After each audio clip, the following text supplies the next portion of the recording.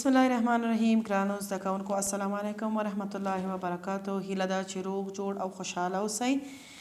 نن بیا زموږ د کوم مضمون وخت دی؟ د ریاضي مضمون، دویم ټولګي ریاضي مضمون او خپل کم لوست سره یو اتم لوست سره.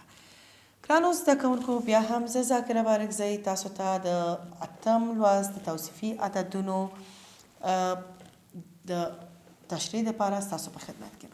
ګرانو زده کوونکو څنګه چې موږ په مخکینۍ زده کړه کې د توصیفي اعدادو ترتیبي اعدادو په معنا باندې پوه شو چې توصیفي عدد څه ته وایي. توصیفي عدد یا ترتیبي عدد هغه عددونه دي چې کوم د عدد مقام او منزلت موږ ته راښایي. ګرانو زده کوونکو لکه څنګه چې ما تاسو ته وویل چې کله موږ شمیر معلومو شي په ساده شمیرلو یا اعدادو باندې څه کوو؟ شروع کوو. لکه 1 2 3 4 5 6. که چیرته مقام معلومو موږ باید د ترتیبي یا توصیفي اعدادو څخه کار واخلو. لکه دلته چې تاسو په دې ورقه کې ګورئ، دلته لیکل شوی چې دویم آس رنګه کړئ. په دې معنی چې یعنی کم آس دلته دویم مقام لري باید چې هغه پیدا کړو. دلته راځئ چې آس پیدا کړو چې دویم آس کم یو دی. دویم آس لومړی دا دی او دویم دا.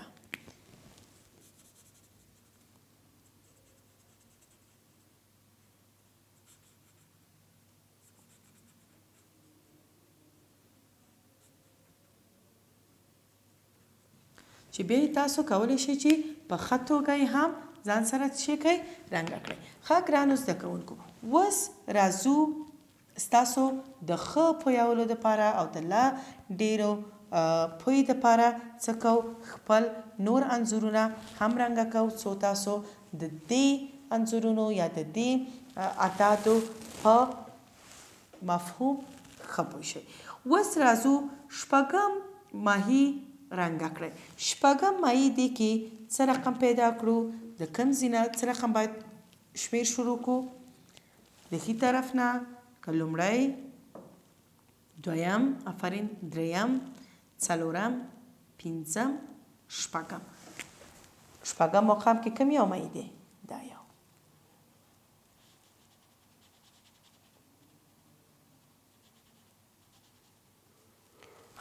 دا راځي شپږم. اوس راځو خپل بل انځور ته اتمه پیشو رنګه کړئ. دا فعالیت ستاسو د چیش دپاره دی؟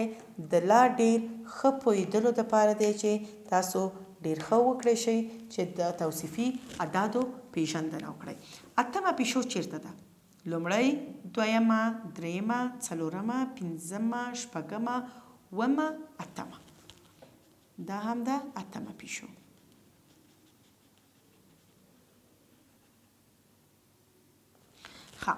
اوس راځو خپل بلې برخې ته. لومړی سوی څه کوئ؟ رنګه کړئ. سوی کوم یو دی؟ 1 2 3 4 5. موږ څو دانې لرو؟ 5. لومړی مقام کې کوم یو دی؟ آفرین، لومړی مقام کې دا یو دی او عموما تاسو پوهیږئ چې د دې رنګ څه رقمي؟ د سوي رنګ څه رقمي؟ سپینې. خو دا تاسو ته سپین نه پرېږدو، لږ په دې شکل باندې څه کوو؟ رنګه کوو چې د نورو څخه لږ فرق وکړي. اوس راځو بلې برخې ته. دلته نهمه توتي رنګه کړئ. نهمه توتي کومه یوه ده؟ 1 2 3 4 5 6 7 8 9 10. دا ساده شمیرل. اوس نهم مقام کې کوم یو دی؟ لومړی، دویم، دریم، څلورم، پنځم، شپږم، اووم، اتم، نهم. ښه ګرانو اوس تاسو پوهیږئ چې د توتي کوم یو رنګ دی؟ توتي څه رقمي؟ آفرین، توتي شینی. توتي کوم رنګ باید رنګه کو؟ شین.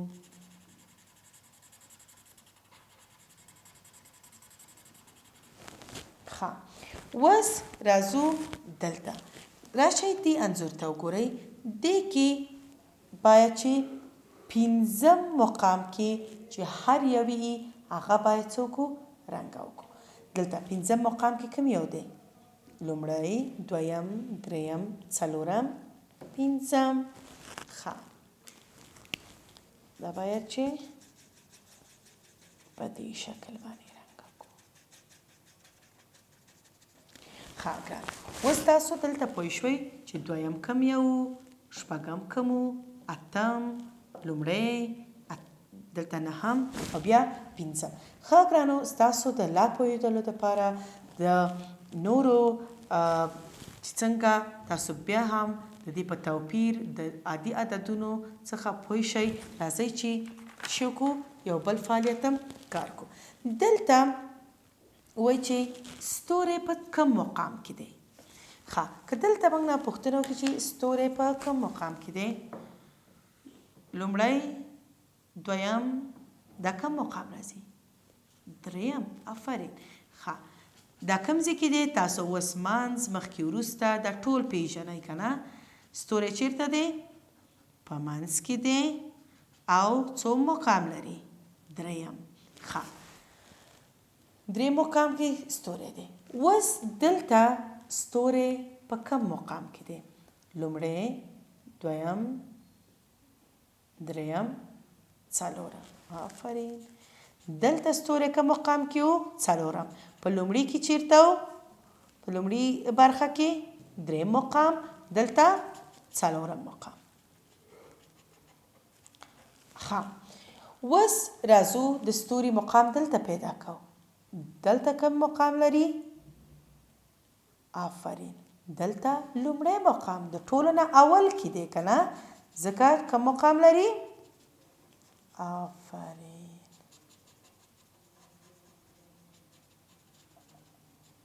لومړی مقام ښه دلته راځو چې دلته په وروستۍ برخه کې په آخرۍ برخه کې ستوری چیرته دی او څو مقام یې نیولی لومړی دویم دریم څلورم پنځم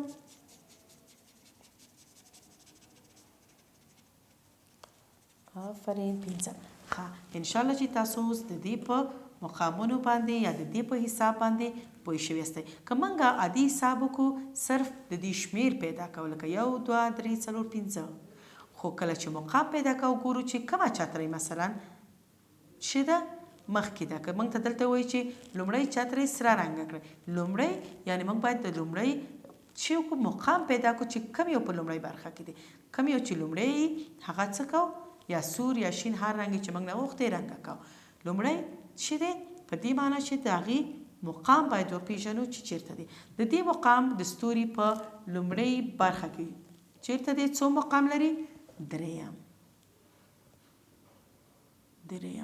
ښه په دې برخه کې څوم څلورم فرین دلته د ټولو نه مخکې دی دلته څو مقام لري لومړی مقام ښه او په دې کې پنځم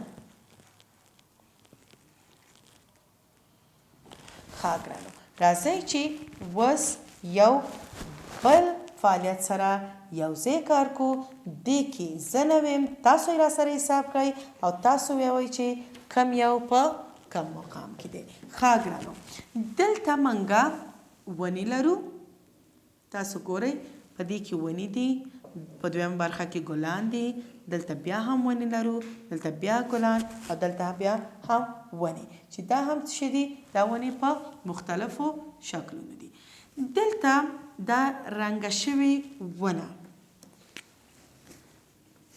دا تاسو کولی شئ چې په دې ډول وګورئ ښه دا ونه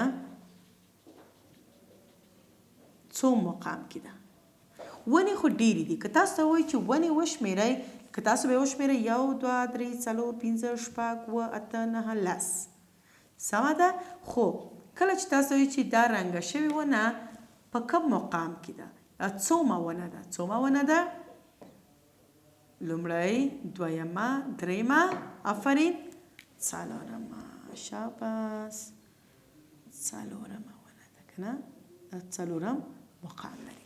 ښه دلته راځو ګلان شمیرو. که چېرته شمیر یادو بیا هم شمیرو لکه 1 2 3 4 5 6 7 8 9 10. ښه که دلته زمونږ دا یو ګل چېرته رنګه شوی او موږ نه څوک پوښتنه وکړي چې سور ګل په کم مقام کې دی یا په کومه راسته کې یا څوم ګل دی، دلته موږ بیا باید چې د دې څه پیدا کړو مقام، لکه لومړی دویم دریم څلورم پنځم سور ګل چېرته دی شپږم.